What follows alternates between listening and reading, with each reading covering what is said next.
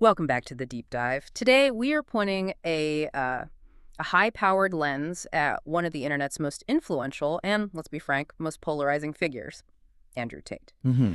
We're not here to just recycle talking points or, just react. We're here to look critically at the enormous stack of material we have. We have articles, sec reports, sociological analysis. And it all details the internal contradictions of his entire philosophy. And that's the mission, right? Yeah. We have to acknowledge that for millions of young men, maybe 18 to 30, Tate is addressing a real and profound pain point. A very real one. They feel lost, rejected. Especially on dating apps, that whole cold transactional world. And they hate being, immediately labeled toxic for just wanting some kind of structure or success. And he offers a very simple, very aggressive answer to all that, the top G solution. Yeah. And our goal today is to rigorously deconstruct that simple answer.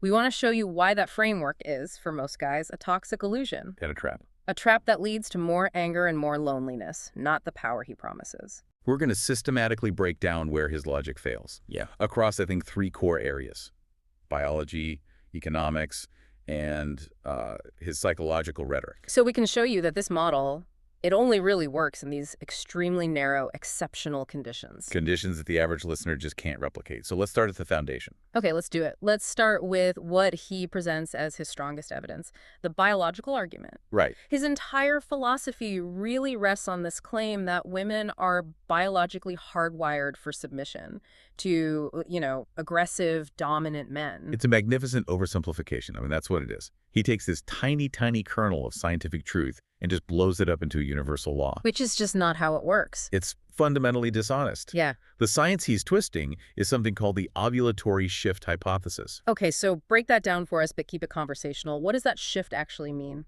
Well, what's fascinating here is the timing, the nuance of it. Studies show that a lot of women do have this subtle, hormone-driven shift in what they find attractive. But it's not all the time. Not at all.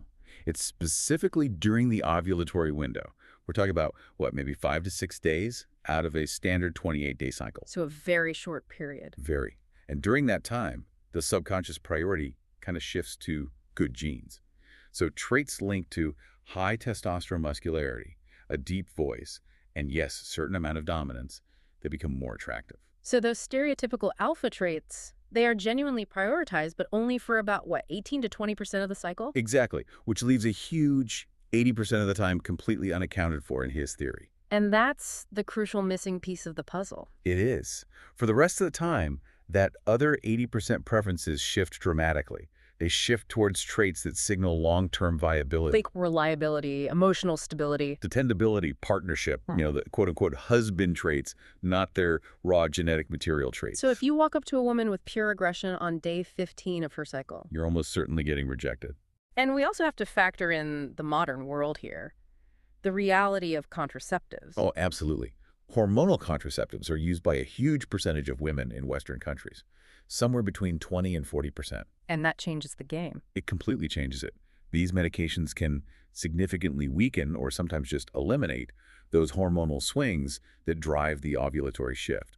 So the guy relying purely on aggression is banking on a small hormonal fluke that might not even exist for the woman he's talking to. Okay, so this is where we connect the science to the hustle. I'm thinking of the club paradox. If this preference is so narrow, how does Tate make that aggressive approach look like it's some universal key to success? Because he is a master at exploiting self-selection bias. See, human ovulation is concealed. We don't have, the obvious visual cues like other primates. So behavior becomes the signal. Exactly. Research shows that during that fertile peak, women often feel more confident, more social. They tend to self-select into highly social, risky, and sexualized places: clubs, bars, parties. And they're more likely to dress in a way that emphasizes attraction. Right. So he isn't proving his philosophy is universal. He's just targeting the very specific, narrow environment where the biological dynamic he exploits is already running at full power. He's fishing in a stocked pond. Precisely. He hunts in the 18 to 20% window, in the 5% of places where women are actively looking for that raw, short-term attraction. Then he claims that sample represents all women everywhere. But in the real world, a cafe, the office, a bookstore, his script fails. Instantly. Because there, women are prioritizing utility and long-term stability. So if biology only gives him this tiny window, The rest of his success has to rely on something else, something external. Let's talk about status. Yes? Tate presents his own success as proof that his male power approach works for anyone. But our sources argue it's due to a completely contextual privilege. A privilege that the average guy just can't scale up. And this is what you, the listener, really need to understand. Tate is operating with a massive handicap that works for him. It's not universal power. It's a stack of specific advantages. Unearned advantages that he leverages masterfully. So what are the 3 key boosts, the things that give him an edge before he even opens his mouth? Okay, so the first is what we'd call the novelty and exoticism boost. Tate's mixed-race African-American father, white British mother. Okay. In many Western contexts, this allows him to perfectly fit that exotic bad boy archetype. He just stands out. It's an instant differentiator. And it creates a cognitive shortcut for attraction. Studies suggest this kind of physical contrast can give him a, 30 to 50% boost in initial interest over local guys who look more familiar. So an advantage that the vast majority of his followers just don't have. Correct. Second, his physical appearance. That darker, very muscular phenotype, it's subconsciously linked to that high testosterone profile. Which again appeals strongly during that fertile window. He looks like a walking signal for genetic dominance. But the real clincher, the third point, is the pre-selection and status. This has to be the biggest factor. It's everything. This is the halo effect, supercharged by mate choice copying. He approaches women with this massive, undeniable social proof. The Bugatti, the jets, the Rolex, the entourage of admirers. So the woman isn't even really evaluating him or his words. She's evaluating his status based on the crowd around him. It's an evolutionary shortcut. If everyone else values this guy, he must be high value. Exactly. Now, compare that to the average man trying to copy this. He tries the "Hey Blatech" heel line without the millions, without the exoticism, without the social proof. And he gets instant rejection. And a toxic label. Then he internalizes that rejection and concludes he's the failure. I wasn't dominant enough. Instead of realizing the entire formula relies on status he just doesn't have. Right. That brings up a really important point. If status is what gives you the license to be aggressive, but the average man lacks that status, then the aggression is just a liability. It's a toxic liability. Which sets up our next segment perfectly. Because if that approach fails, it's because the metric for modern relationships has totally changed. I want to argue that modern dating is now dominated by utilitarianism. This is a huge societal shift, and Tate misses it completely. He sees women as these primal biological machines. But the reality is different. The reality, especially in the dating app era, is that many women have become ultra-rational consumers. They are maximizing their personal utility, their value stack. They're asking, what does this person actually bring to my life? Exactly. Yeah. Specific value and the metrics they're looking for have evolved. So what are those key utility metrics today? It's not just a binary of provider versus dominant male. It's a stack. Yeah. First, there's the emotional high, fun, passion, chemistry, good vibes. Okay. Second, social proof still matters, but it's not just about money. It's status that looks good on social media that opens doors to new experiences. But maybe the most important metric today I have a guess. is safety and emotional stability. The absence of stress. The absence of drama. The security of knowing he won't be controlling or emotionally unavailable. So when you look at it that way, Tate's core prescription, be a jerk, control her, create drama, is fundamentally anti-utility. It actively subtracts value from her life. Precisely. If you're rude, you create stress. If you're controlling, you remove her autonomy. If you're emotionally unavailable, you guarantee a long-term disconnect. So while that raw dominance might provide a brief evolutionary thrill for that 5-day window, For the other 80% of the time, you're a net liability. the huge one. Hmm. Why choose the controlling top G who adds instability when you can choose the fun, supportive man who adds security, humor, and new experiences? Hmm. The modern woman has options, And she's maximizing her mental health utility. above all else. Let's shift gears now to the core logical and historical failures in his claims, the things that really dismantle the philosophy from the inside. We have to start with his relentless critique of feminism. He frames it as this monolithic matrix conspiracy designed to ruin men. And this is where the lack of historical knowledge is just glaring. He romanticizes an era when women were legally and socially bespraveni. What does that mean? It's a Russian term. It means without rights or just deeply oppressed.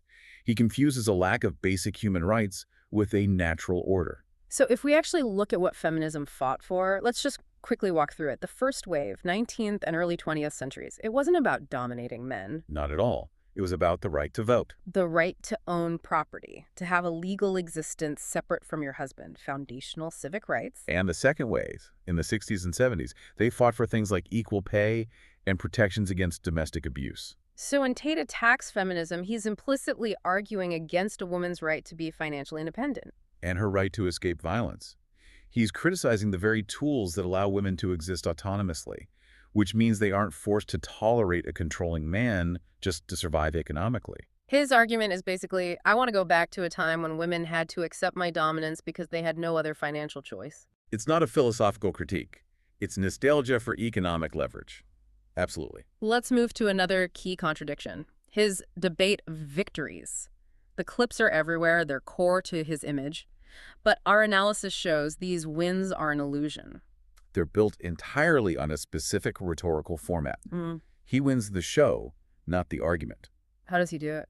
The tactic is called the Gish Gallop. You just overwhelm your opponent with a rapid, high volume of weak arguments, half-truths, and often just personal attacks. So they can't possibly respond to everything in time. Exactly. The goal isn't to be right. It's to create the appearance of winning.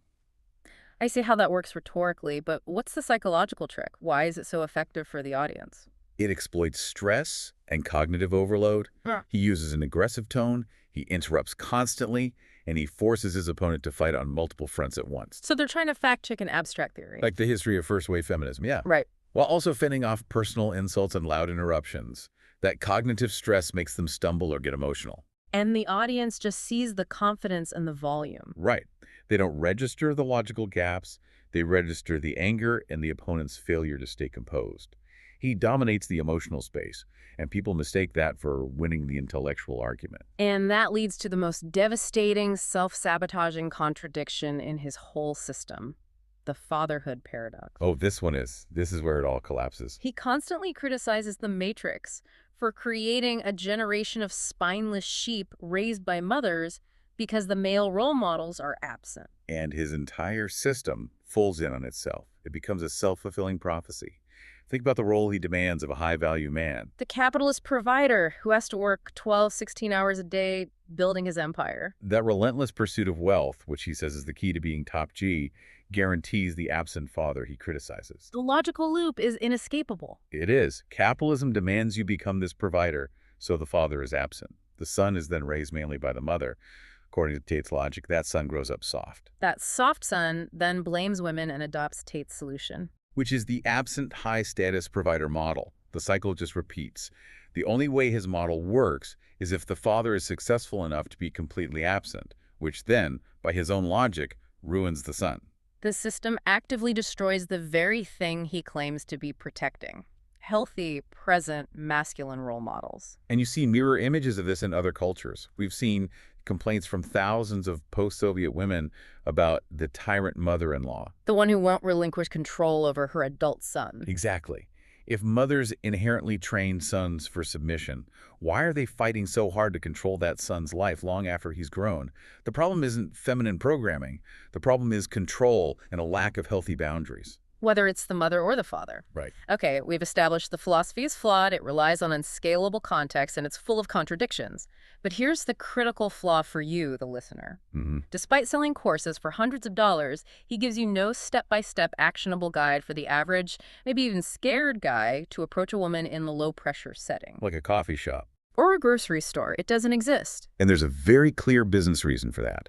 If he gave a detailed guide, say this, do this, millions of followers would try. And fail. They'd fail en masse because they don't have his halo effect, his status, and the whole top G illusion would just collapse overnight. The mass failure would expose the lie. It would. His business model is perpetual selling. He tells you to buy the course, you fail, and then he just guilt trips you. You failed because you're not top G enough, buy the next course to fix your inadequacy. It's selling dependency disguised as independence. That's it. So the listener needs an honest way out of that cycle. What is the actionable, free, realistic alternative? A system based on skill and calibration, not control. We call it the no-fail flirting guide. And this works because it replaces aggression with value addition. It's a guide to maximizing your own utility stack. We can walk you through the key steps right now. Okay, step 1 is preparation. This is just about self-respect, not showing off. Clean shoes, fresh clothes. And maybe hit the gym 2 or 3 times a week. Not to get a high T phenotype, but just for posture and self-confidence. You can't calibrate socially if you feel physically insecure. Step 2. The low-pressure opener. Forget canned lines. Just start with a non-sexual, low-stakes question. Something like, hey, can you recommend the coffee here? I'm stuck between the latte and the cold brew. The goal is just to start a conversation with zero pressure. Step 3 is calibration and flirting. This requires empathy. Use humor, especially self-deprecating jokes. It shows you're confident enough not to take yourself too seriously. And give one sincere, non-sexual compliment. That's a great jacket. Not about her body.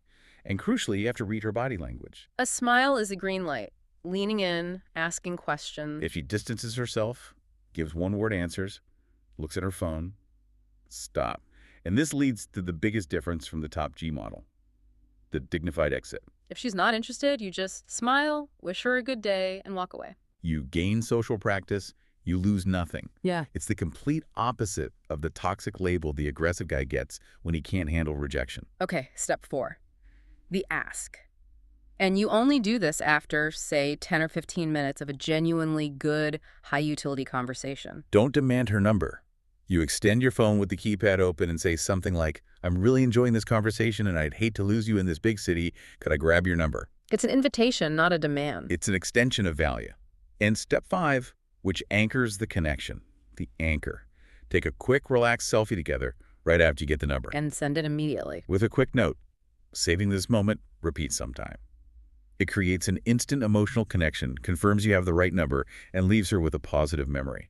This whole system works because it's based on skill and value. Things anyone can develop. Not status and aggression, which almost no one can replicate. So what does this all mean for you, the listener? Look, Tate sells a fast track. It's fueled by anger and dependency on a specific, unreplicable status. He teaches you to be successful like him in his narrow context. But the real path. The real path to connection is the slow, honest path of skill development. Empathy, humor, active listening, and building a foundation of emotional stability. We now know the universal truth isn't dominance. It's utility, the value you add to someone else's life. So the question for you to explore this week is this. How can you maximize your personal utility stack, your humor, your stability, your experiences this week? And why is that constructive path so much harder than just trying to adopt the mask of a top G? A great question. Thank you for joining us for this deep dive. We'll see you next time.